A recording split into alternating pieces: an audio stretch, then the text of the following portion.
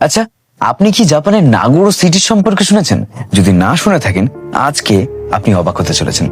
এটা এমনই একটা গ্রাম যেখানে মানুষের তুলনায় পুতুলের সংখ্যা বেশি। মানুষ হয়তো হাতে গুনে 20 থেকে 25 জন, কিন্তু পুতুলের সংখ্যা 4 থেকে 500-এর বেশি। একসময় গ্রামের মানুষ কাজের খোঁজে অন্য শহরে চলে যান বা মারা যান।